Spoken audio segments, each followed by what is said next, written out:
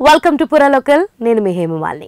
కృషి ఉంటే మనుషులు ఋషులవుతారు, మహాపురుషులవుతారు, తరతరాలకి తరగని వెలుగవుతారు, ఇలవెలుగవుతారు అన్న అభియుక్తికి నిలువెత్తు నిదర్శనం ఎన్టీఆర్.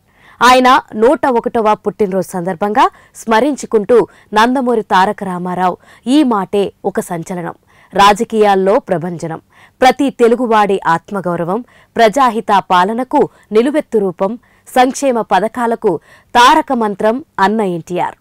ఈ తెలుగుదేశం పార్టీ శ్రామికుడి చెమటల నుండి వచ్చింది, కార్మికుడి కరిగిన కండరాల నుండి వచ్చింది, రైతు కూలీల రక్తంలో నుండి వచ్చింది, నిరుపేదల కన్నిట్లో నుండి, కష్టజీవుల కంటి మంటల్లో నుంచి పుట్టింది ఈ తెలుగుదేశం.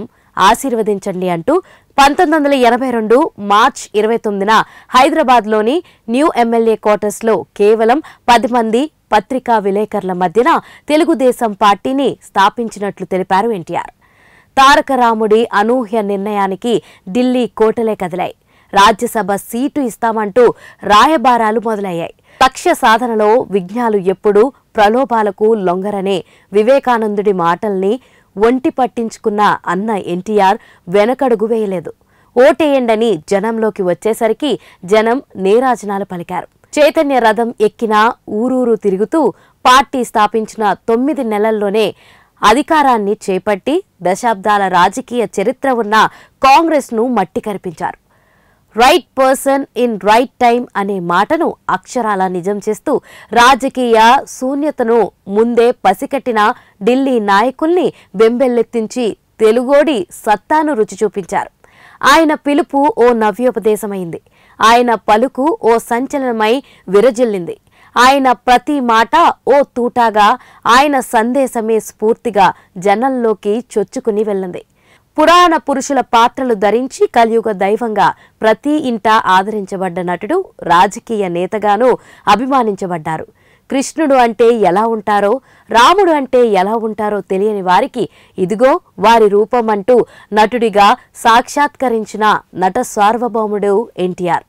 నాయకుడంటే ఇలా ఉంటాడు అని పాలించి చూపించారు. అందుకే రాజకీయం అనే డిక్షనరీలో తొలి పేజీలో అప్పుడు, ఇప్పుడు, ఎప్పుడు అన్న ఎన్టీఆర్దే మొదటి స్థానం. నాడు ఎన్టీఆర్ స్థాపించిన తెలుగుదేశం పార్టీ అప్పటి నుండి రాష్ట్ర రాజకీయాల్లోనూ దేశ రాజకీయాల్లోనూ బలమైన శక్తిగా ఎదిగిందంటే అది ముమ్మాటికి ఎన్టీఆర్ వేసిన పటిష్ట పునాదులు, ఆయన తీసుకున్న సాహసోపేతమైన నిర్ణయాలు, అమలు చేసిన సంక్షేమ పథకాలే కారణం.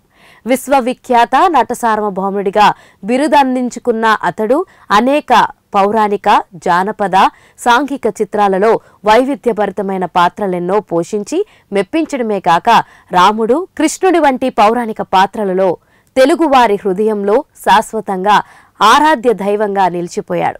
తెలుగు, తమిళం మరియు హిందీ భాషలలో కలిపి దాదాపు 400 చిత్రాల్లో నటించారు. నటుడుగానే కాకుండా నిర్మాతగా, దర్శకుడిగా పలు చిత్రాలు నిర్మించారు. 1923 మే 28న ఆంధ్రప్రదేశ్లోని కృష్ణా జిల్లా పామర్రు మండలంలోని నిమ్మకూరు గ్రామంలో లక్ష్మయ్య చౌదరి, వెంకటరామమ్మ దంపతులకు జన్మించారు. 1942 మే నెలలో 20 ఏళ్ల వయసులో మేనమామ కుమార్తె అయిన బసవ రమాతారకాన్ని పెళ్లి చేసుకున్నారు ఎన్టీఆర్. తారక రామారావు, బసవ తారకం దంపతులకు 11 మంది సంతానం. 11 మందిలో 7 కుమారులు, 4 కుమార్తెలు. జయకృష్ణ, సాయికృష్ణ, హరికృష్ణ, మోహనకృష్ణ, బాలకృష్ణ, రామకృష్ణ, జయశంకర్ కృష్ణ కుమారులు కాగా గారపాటి లోకేశ్వరి, దగ్గుపాటి పురంధేశ్వరి, నారా భువనేశ్వరి, కంఠమనేని ఉమామహేశ్వరి కుమార్తెలు.